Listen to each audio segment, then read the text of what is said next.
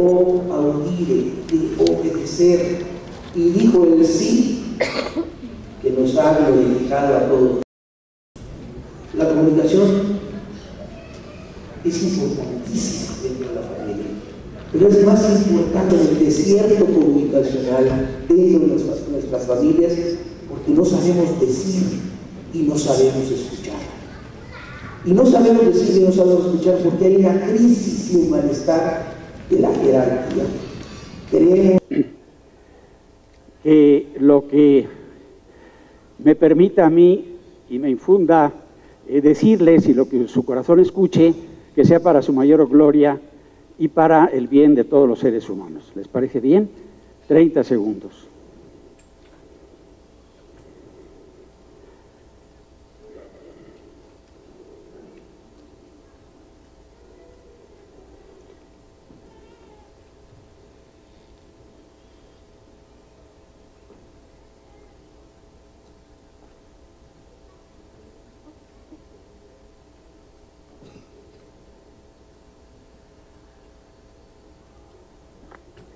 Bueno, pues bien. Y el objetivo que ustedes tienen es animar a los líderes católicos de Querétaro a participar con diversas propuestas específicas en todos los ambientes de nuestra sociedad. Ámbito político, económico, social, educativo y cultural. Pretendemos actuar en consecuencia con lo dicho por nuestros obispos. No queremos más dolor ni más vergüenza. Creemos que es necesario pasar de las protestas a las propuestas. Yo quisiera dar como un texto de la Sagrada Escritura que sería como el hilo conductor de toda la plática y creo que debe ser de nuestra vida. Y es el texto que yo los exhorto a que aprendamos los textos de la Sagrada Escritura. Aprendemos luego tantas, hasta tonterías o cosas innecesarias. Les aseguro que todos se saben sus causantes. Pues bueno, pues ni modo, son cosas que ya entraron a la memoria. Pero nos debíamos saber la Sagrada Escritura y buscarla, meterla en nuestro corazón con verdadero amor. Y conocer, recordar el libro si podemos o la cita. Mucha gente dice, no, yo ya no tengo memoria. Nada peor para tener peor memoria que decir que tengo muy mala memoria. Y además insistir en ello y querer convencer a los demás de que sí, efectivamente tengo mala memoria. No es cierto. La memoria es una cuestión, yo digo, mucho de amor, de interés y de práctica. Entonces, nos dice la Sagrada Escritura en Colosenses, yo les voy a dar muchos textos, 3:16, porque justamente en este texto dice la palabra, que la palabra de Dios habite en vosotros con toda su riqueza.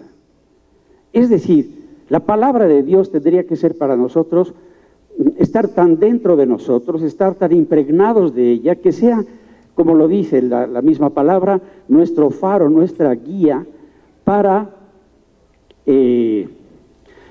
todas las vicisitudes y circunstancias de la vida, que ella nos iluminara, que ella nos guiara.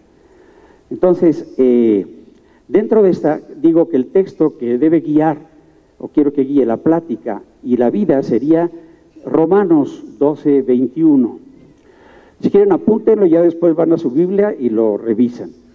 Si me equivoco, me chiflan después y me dicen, oye, te equivocaste y no es así. Pero si es, pues aprovechémoslo y sobre todo vivámoslo. El texto dice, además es muy fácil de aprender porque es Capicúa, 1:2:2:1, 12:21. A ver, ya se lo aprendieron.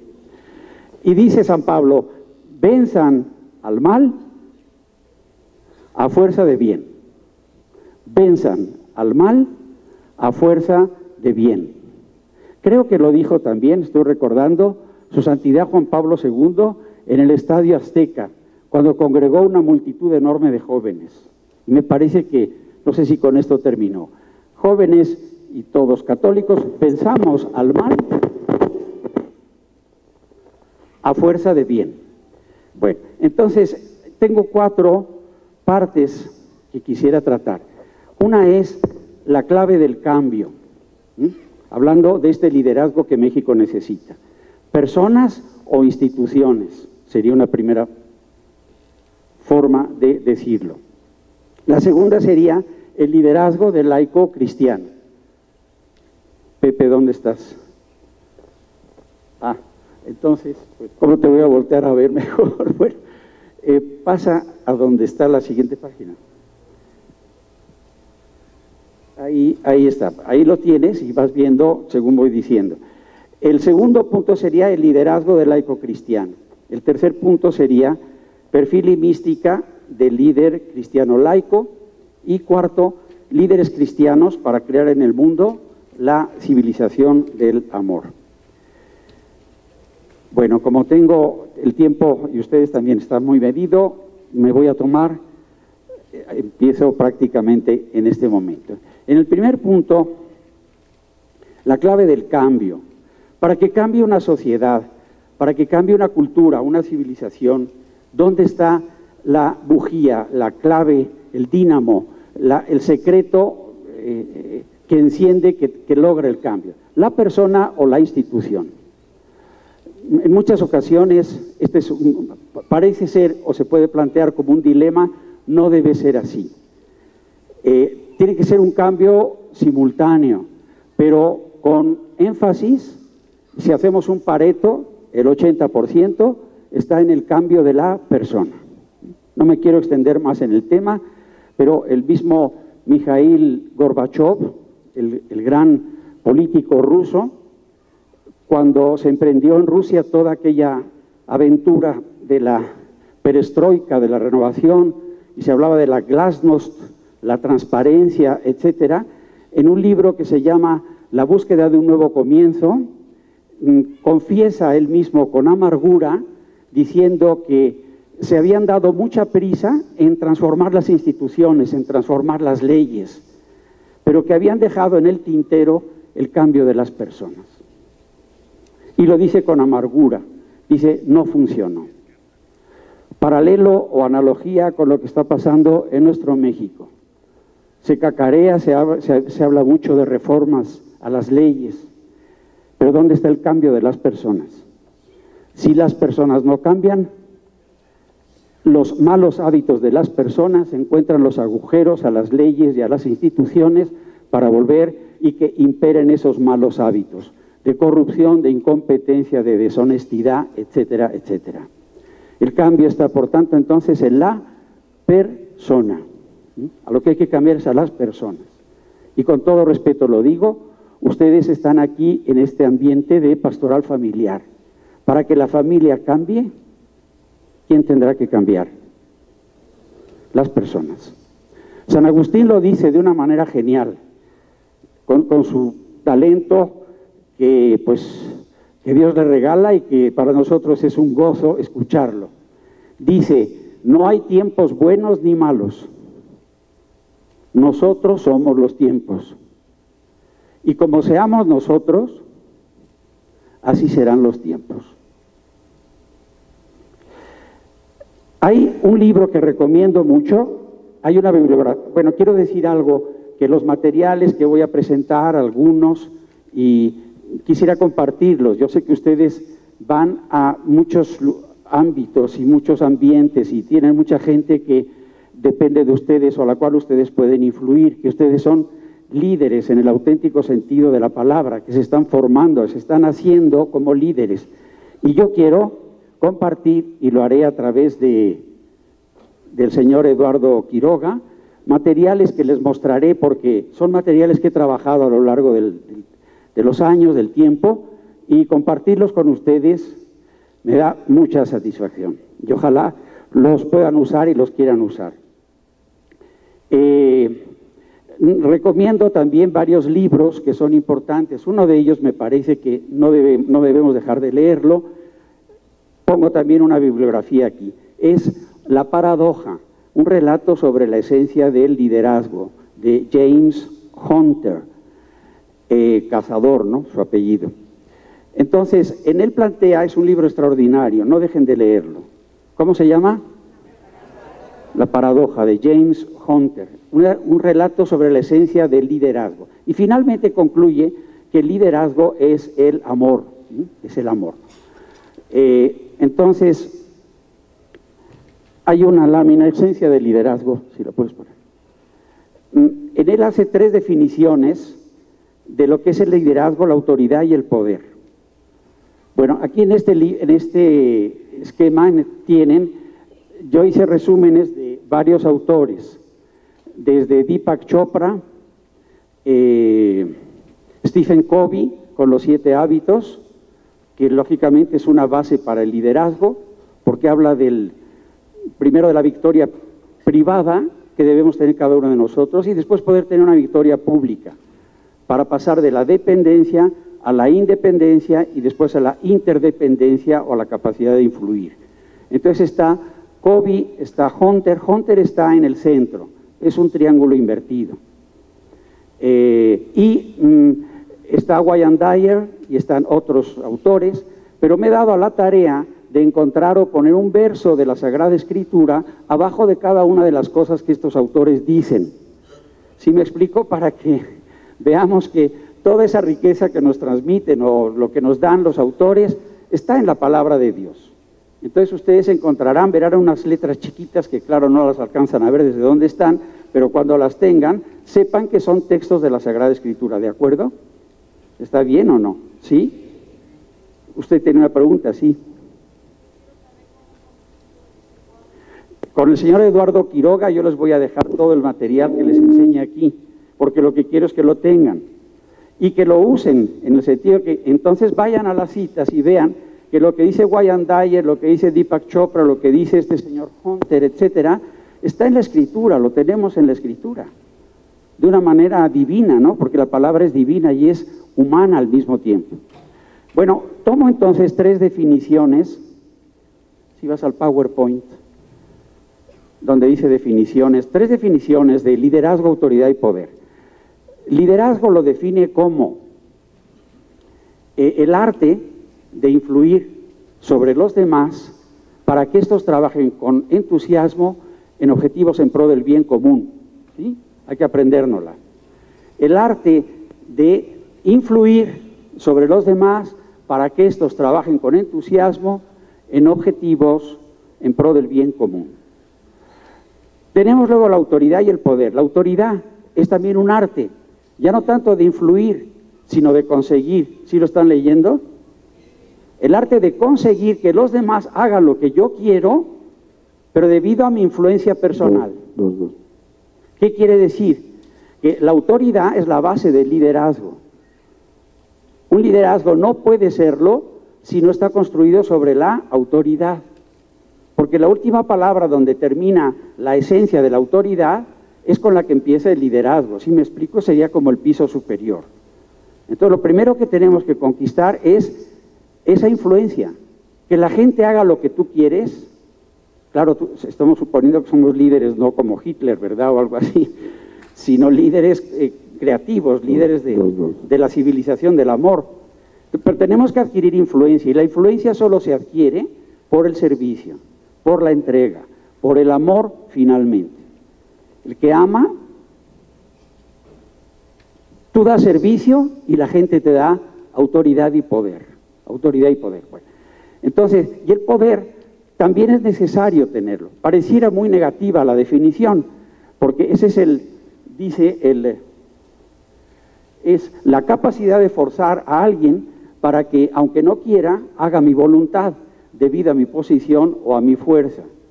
También el poder es importante, porque hay momentos en que el líder tiene que hacer uso de ese poder, justamente mientras esté guiado por los valores y por el bien. Porque no es para que haga simplemente su capricho o para que abuse de los demás, pero hay veces en que la autoridad tendrá que actuar con poder. En el texto del índice que estábamos viendo anteriormente, que también el índice quisiera que lo tengan, el índice de esta plática, yo pongo una serie de textos. Para decir el liderazgo, para hablar del liderazgo, cito por ejemplo a San Juan 7:46, cuando dice que mandan, ¿se acuerdan? A unos soldados a tomarlo, a prenderlo. Pero los soldados llegan y se quedan con la boca abierta y se quedan a escuchar a Jesús. ¿Y qué lo van a prender ni qué nada? Lo dejan que termine perfectamente y se regresan con las manos vacías. Y lo regañan los fariseos y los sacerdotes del templo y dicen, ¿cómo que es que no lo han traído? Y dicen, nadie ha hablado como este hombre. Nadie ha hablado como este hombre. Después en otros textos les pongo San Lucas. San Lucas es maravilloso porque se deleita, se regodea, ¿verdad? Se goza en decir cómo la gente se abalanzaba sobre Jesús. Se le echaban encima. ¿Por qué? Porque salía de él una fuerza que los curaba a todos. Y en otras partes, en otros textos que les doy aquí de Lucas, en el capítulo 6, especialmente en el 8, dice que la gente que lo ahogaban, lo rodeaban tanto que lo ahogaban. En otros leemos que no tenían tiempo ni para comer de cómo lo estaba rodeando la muchedumbre. En otros dice que la gente madrugaba. ¿Por qué le gustaba ir al templo cuando estaba en Jerusalén? Pues la gente se apuraba, ¿verdad? Se salía pronto de la cama, se arreglaba y se iba madrugaba para ir a escuchar. Bueno, tenemos este liderazgo, yo diría, cautivador, fascinante, ¿no? De Jesús, que atraía a todos, ¿no? Son textos que pongo. La autoridad. Qué hermoso cuando los evangelistas nos hablan de que Jesús cura en el Evangelio de Marcos, me parece que es su primer milagro, a un endemoniado. Y entonces dice la gente, ¿qué es esto? Es una nueva doctrina. Y este hombre habla con autoridad, autoridad. No como nuestros escribas, ¿no? En otros textos que he seleccionado, cuando dice, ¿con qué autoridad ha actuado esta persona? En el momento en que calma la tempestad. Pero ¿quién es este que hasta el viento y el mar le obedecen, ¿no? Es esta autoridad de Jesús. Y lo mismo también el poder de Jesús. Jesús invoca el poder cuando enfrente de los que lo condenan, de las autoridades del Sanedrín, de los doctos, los entendidos en la Escritura, después de tantos falsos testimonios que no se ponían de acuerdo sobre él, lo reta Caifás y le dice, te conjuro en el nombre de Dios vivo que me digas si tú eres el Cristo, el Mesías, el Hijo de Dios. Y entonces le dice, Jesús le contesta, de una manera que solo Dios puede hacerlo. Dice, no solo soy el Mesías, anunciado por los profetas, sino confiesa su divinidad. Es un momento en que Jesús, recuerdan que hay un evangelio, el secreto mesiánico, que no quería que se supieran sus milagros porque no quería, sabía cuál era el ambiente en el pueblo, que estaban esperando un Mesías político, y Jesús no viene a ser un Mesías político que acabe con los romanos para poner en el candelero a los judíos, sino viene para salvarnos a todos. Entonces, enfrente de las autoridades judías, Jesús confiesa no solo que es el Mesías, sino que es Dios, con una palabra, citando la profecía de Daniel, en la que dice, y verán a este Hijo del Hombre venir sentado entre las nubes del cielo con gran poder y majestad. Entonces, en ese momento, Caifás dice, ¿qué necesidad tenemos de testigos? Reo es de muerte, ha blasfemado. ¿Qué quiere decir? El más entendido de la Escritura dice, se ha confesado, se ha revelado, se ha manifestado como Dios. El que está sentado a la derecha del poder, solo Dios tiene el poder, y el que está sentado a la derecha del poder es igual a Dios. Y por eso muere Jesús, porque se confiesa Mesías y Dios. Y ni un paso atrás da, porque le hubiera sido muy fácil decir, pues no, mejor lo voy a pensar y voy a ver otras cosas así, ¿no? Llega hasta las últimas consecuencias en sus palabras, el poder. También cuando manda a los apóstoles, él dice, se me ha dado todo poder en el cielo y en la tierra. Vayan y enseñen a los demás todo lo que yo les he enseñado. Y básicamente es esta enseñanza centrada en el amor que es el mismo, el amor encarnado de Dios. Lo mismo también en Juan dice, el Padre ha puesto todo en mis manos. Bueno, digo este primer punto, liderazgo, autoridad y poder, sí, pero en Jesús, ¿cómo lo vemos? Y quiero entrar entonces al liderazgo del laico cristiano. Y aquí tenemos que hacernos una pregunta muy importante, y es ¿qué? Pepe, si no, nada más me los estás distrayendo, si no, eliminar, sí. La pregunta sería, ¿a quién seguimos? ¿Quién es nuestro líder? He planteado un poco esta definición que se plasma en Cristo totalmente, es aquel que influye sobre nosotros para que con entusiasmo trabajemos en beneficio de todos. O sea, es prácticamente una manera de decir que es el amor el que nos tiene que impulsar. Entonces, ¿de quién somos nosotros seguidores? Somos seguidores de un maestro que tenía yo aquí puesto. Puedes poner la de liderazgo, el índice, sí.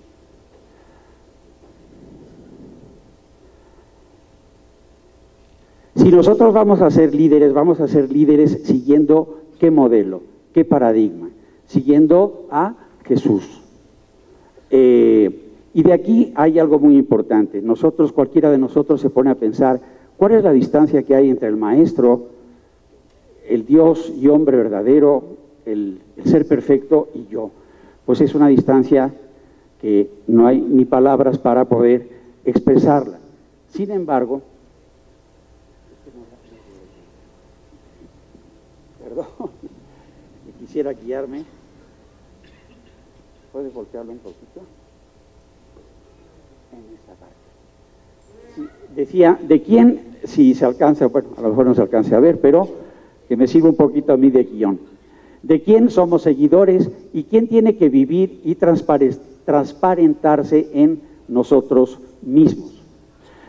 Hay un texto muy bello, en la primera de Corintios 1:24. Mira, es un señalador. Abajo. Uy, se ve muy poquito. Casi no se ve. Yo tengo otro aquí.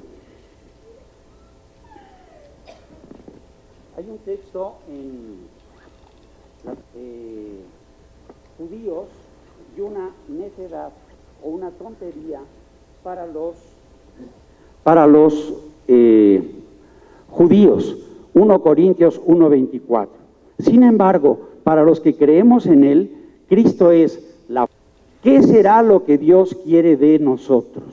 A ver, respuestas. ¿Qué será lo más íntimo, aquello de lo que se deriva a todo lo demás, que Dios quiere sobre cada uno de nosotros? Perdón, que seamos felices, que nos salvemos, que amemos, que hagamos su voluntad, que seamos fieles, que seamos servidores de los demás, que seamos libres, empieza la cosa como a calentarse, o sea, caliente, caliente. ¿Por qué? Porque todo lo que han dicho los demás, claro que es cierto, pero ¿dónde está la raíz? ¿Dónde está la raíz? Por ahí ya estamos casi en el punto. Que seamos uno en Cristo, que transmitamos su palabra. ¿Cómo? Cristos vivos. ¿Cristos vivos? Para ser evangelizadores, para amar, para todo lo que han dicho la mayoría y que tienen toda la razón y que si es lo que quiere Dios, lo que necesitamos ser es Cristos vivos. Lo que dice, allá dijo otro hermano, dice que seamos uno con Él. ¿Qué es lo que Dios quiere de nosotros? Lo dice Jesús en un momento absolutamente solemne de su vida. Capítulo 17 de San Juan, versos 21 a 26. Padre, te pido que todos sean uno, como tú en mí y yo en ti, que todos sean así, uno con nosotros. ¿Qué quiere Dios de todos los seres humanos? una unidad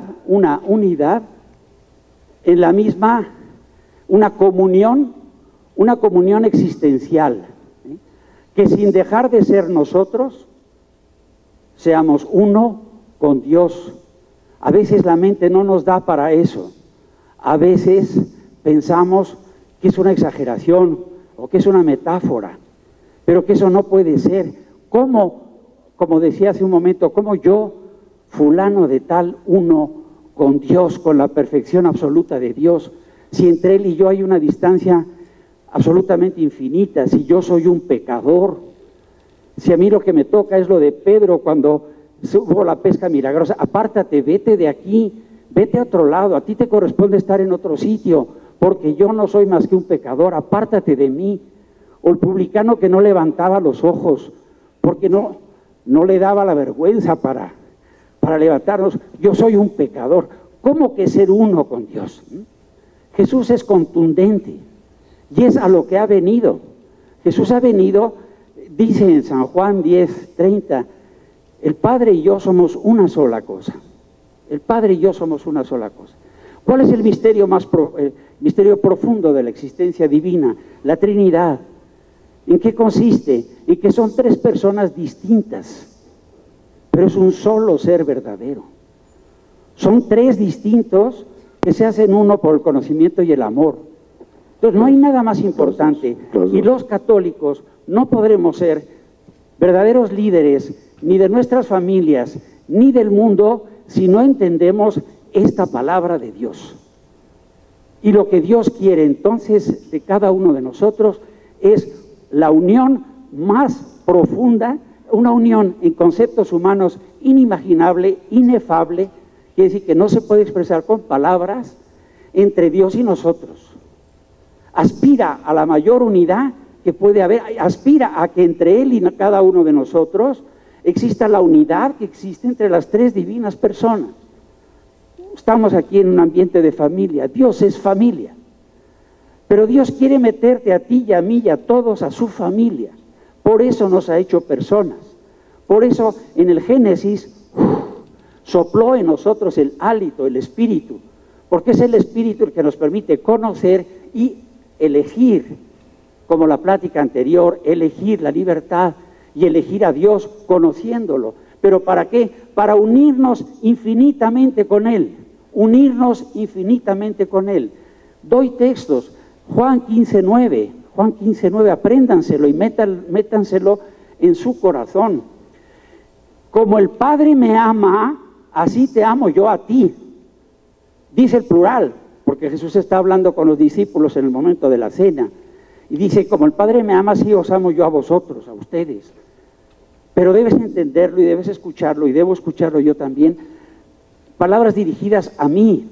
Jesús me dice a mí y a ti. Como el Padre me ama, así te amo yo a ti. Y quiero que seas uno conmigo. ¿Y qué se ha inventado Jesús? ¿Qué se ha inventado Jesús para quedarse con nosotros? Se ha inventado la Eucaristía. No acabamos de entender el infinito misterio de la Eucaristía. Bueno, hablo por mí, porque ustedes yo creo que sí lo están entendiendo, pero entonces yo no quiero echarles a ustedes culpa de nada. Sino que no entiendo qué es la Eucaristía, como no me cabe en la cabeza, y por eso no la he apreciado, como debería apreciarla. Capítulo 6 de San Juan, cuando dice, el que come mi carne y bebe mi sangre, mora en mí y yo en él. Y a través de todas estas palabras suyas, que no son metáforas, sino que son realidades que hoy aparece, como lo dice el Vaticano II, en el... tengo que ir con el tiempo buscando cómo está. Sí, bueno, entonces, lo que quiere Dios de nosotros, fundamentalmente, es una unión infinita, una unión infinita. ¿Cómo vamos a hacerla? A través del conocimiento y del amor. ¿Qué han pasado? ¿Quiénes son los santos a lo largo de la historia? Los santos han sido cristianos inteligentes, son nuestros mejores hermanos, son los que han sabido captar lo que Dios quiere de nosotros. ya han entendido que lo más importante de nuestra vida ha sido o es el unirnos de esta manera tan profunda como Dios quiere que la tengamos. Hay uno que se llama Liderar con humildad. Liderar con humildad se los voy a dejar porque tiene toda una exposición de los grados de la humildad, cómo Jesús se abaja, cómo incluso oculta su divinidad, como nos explican en los Filipenses, pero para hacernos uno con Él. Hay un texto bellísimo, 2 Corintios 8:9, que dice: vean, hermanos, dice Pablo, la generosidad de Cristo Jesús nuestro Señor, que siendo Dios, por nosotros se hizo pobre, que asumió la naturaleza humana, para enriquecernos con su pobreza. Ahí está la alquimia de la Eucaristía. Dios se hace hombre para que el hombre se haga Dios, dice San Agustín, no lo digo yo, dice San Agustín. Entonces tenemos en la Iglesia el tesoro de la Eucaristía para transformarnos en Dios, y ese es el sentido de la vida. Y ahí es donde adquiriremos liderazgo, en la medida en que Cristo viva en nosotros. También lo que yo me estoy dedicando, y se los quiero compartir, es que como resultado de mi vida, mi trabajo, he llegado, o le pido a Dios y les pido a ustedes que le pidamos a Dios que si estos talleres de conversión que yo he iniciado de una manera rudimentaria y pedestre, ¿verdad?, podríamos decir doméstica, quisiera yo que sirvieran al pueblo cristiano, porque creo que los cristianos necesitamos, como tenía la primitiva iglesia, un momento de catecumenado, de conversión. Ven que estamos en la Cuaresma y todos nos vamos captando la importancia que tiene el proceso de conversión y de conversión continua, para que seamos lo que Dios quiere que seamos en el mundo: sal del mundo, luz de la tierra, fragancia de Cristo por donde pasa, levadura dentro de la masa. Lo que necesitamos es que Cristo nos habite profundamente, y nos puede habitar en la medida en que nosotros nos abramos a su gracia y colaboremos con ella. El Catecismo de la Iglesia Católica, en el número 1128, dice que la gracia de los sacramentos, o la gracia de Dios, produce frutos en nosotros de acuerdo a nuestras disposiciones.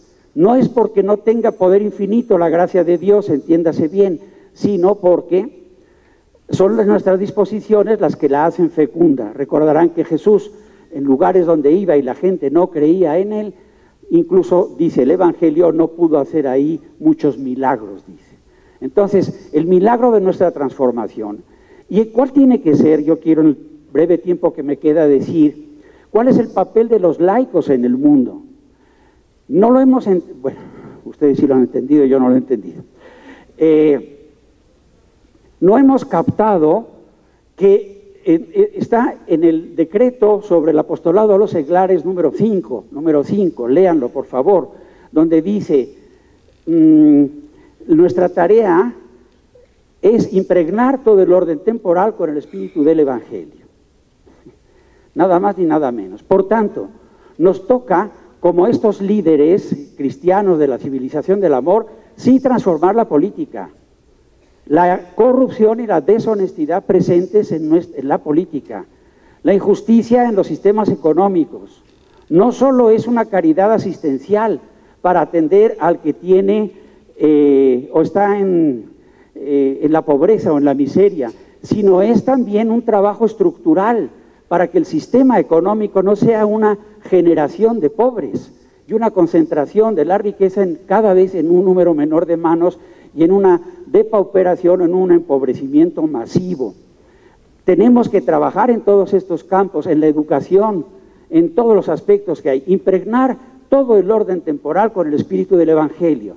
Los laicos tenemos que salir al mundo, los sacerdotes nos alimentan con los sacramentos, son nuestros pastores en el orden de la gracia, pero nosotros somos los pastores del mundo en el orden de la transformación del mundo conforme a lo que Dios quiere. Y cada uno de nosotros debe escocernos, debe picarnos el alma cuando vemos una sociedad tan lejos de Dios.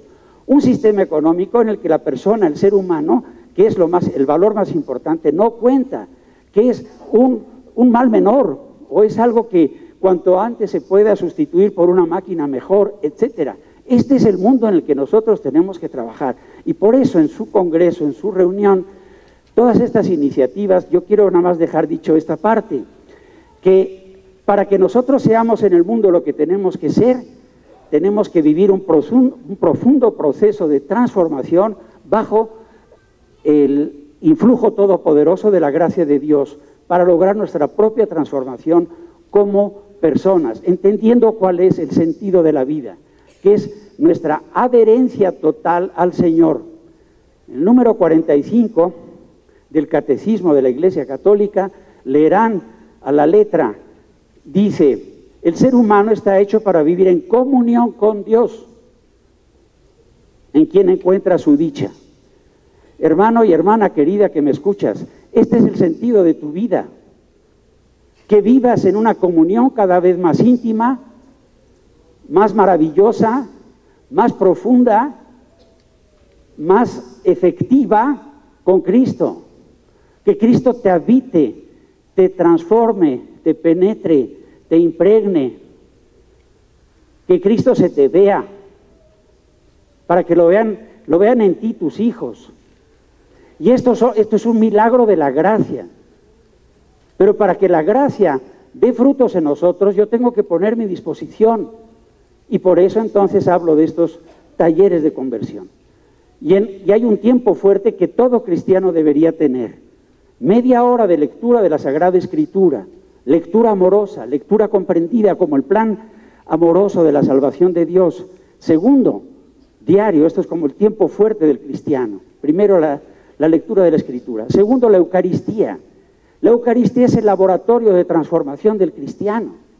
El Papa León III, en su bula Providentissimus Deus, dice que para aquel que quiera hacer que el fervor renazca en el pueblo cristiano, que seamos capaces de, como quiere Jesús, fuego he venido a traer a la tierra y cuánto quisiera que ya estuviera ardiendo, pero no es un fuego de guerra, de cruzadas, de espadas o de violencia. Sí es una cruzada, pero es una cruzada de amor, de la civilización del amor. Y para que este fuego se prenda en la tierra, es esta Eucaristía que tiene que ser vivida cada vez con mayor amor. Yo les doy 4 claves para la Eucaristía, o 6 o 7. La primera es con fe viva, fe viva. A quien voy a recibir es al Señor de los señores, al Rey de los reyes, con humildad profunda, con reverencia y gratitud infinitas, con confianza y esperanza ilimitadas y cada vez con mayor amor. En la Eucaristía el Señor nos transforma, en la Eucaristía el Señor nos hace Cristos para ser Cristos en el mundo, Cristos en la familia y cumplir con ese plan. Si el Señor, lo decía Benedicto XVI, cuando los obispos de México llegaron a Roma en su visita ad limina y le dijeron los problemas de México en corrupción, en deshonestidad, en pobreza, en miseria, bla, bla, bla. Y dice, ¿y dónde están los católicos de México? ¿Dónde están los católicos de México? Tenemos además, sabemos, un privilegio especial en la Virgen de Guadalupe, en la Virgen María, hay que conocer su historia. En ella está el secreto de nuestra identidad, una identidad que la mayoría de los mexicanos no hemos acabado de entender y seguimos peleados, no conciliamos lo indígena y lo español.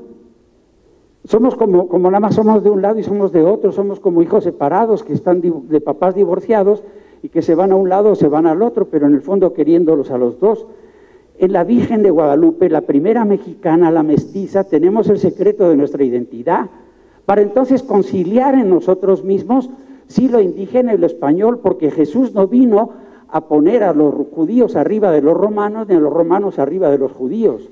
Jesús vino a decirnos que todos somos hijos de Dios y que todos somos hermanos, y que la única ley válida entre nosotros y la única actitud válida es la del amor, y la del amor entrañable, como Él ha sabido tenerlo para cada uno de nosotros, hasta el punto de dar la vida, hasta el punto de dejar que el otro pase adelante de mí, como ese carisma maravilloso de la orden mercedaria, que recuerdan que recolectaban limosnas entre el pueblo cristiano para ir a rescatar esclavos en los mercados musulmanes, Y si las limosnas no les alcanzaban para rescatar a aquel cristiano, ellos se quedaban en lugar del esclavo que iban a rescatar, como un émulo de Cristo que ha venido para ocupar el lugar que a nosotros nos correspondía, pero para liberarnos.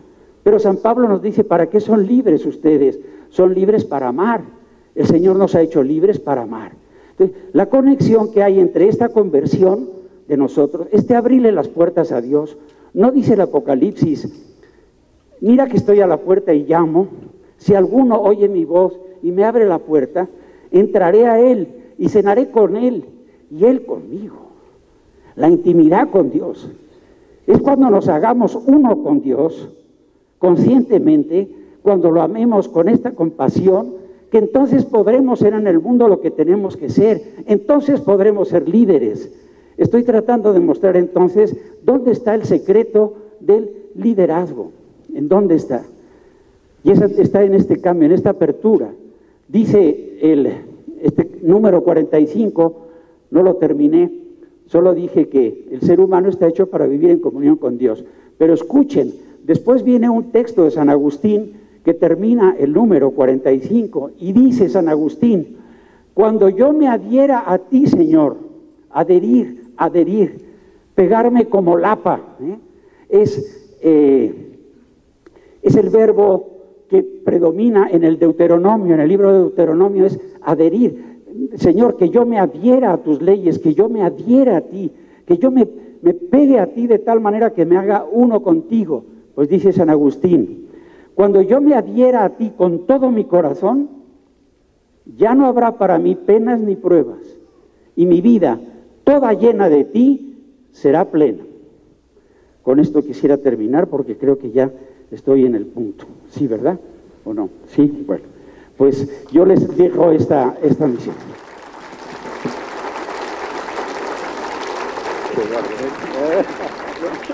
Muchas gracias, Eduardo.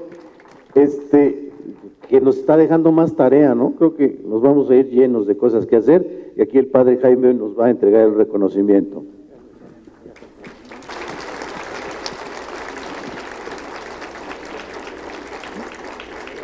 Sí. Bien, pues qué importante todo esto que recibimos. Nuevamente creo que nos estamos yendo llenos de tareas y les vamos a dar algunas indicaciones. Entonces, les voy a dar un correo, si tienen, por favor. Las personas que deseen esta presentación lo van a hacer a través de Eduardo, allá por allá. Entonces, si están interesados, les mandan el correo y él les envía el Eduardo y luzmaria@hotmail.com. ¿Sí? Si tuvieran algún problema, bueno, pueden hablar a la pastoral, se los hacemos llegar. ¿Sí? Algunas indicaciones. Miren, vamos a tener 10 minutos de descanso, nada más, porque pues vamos a salir temprano. Y bueno, pues hay que respetar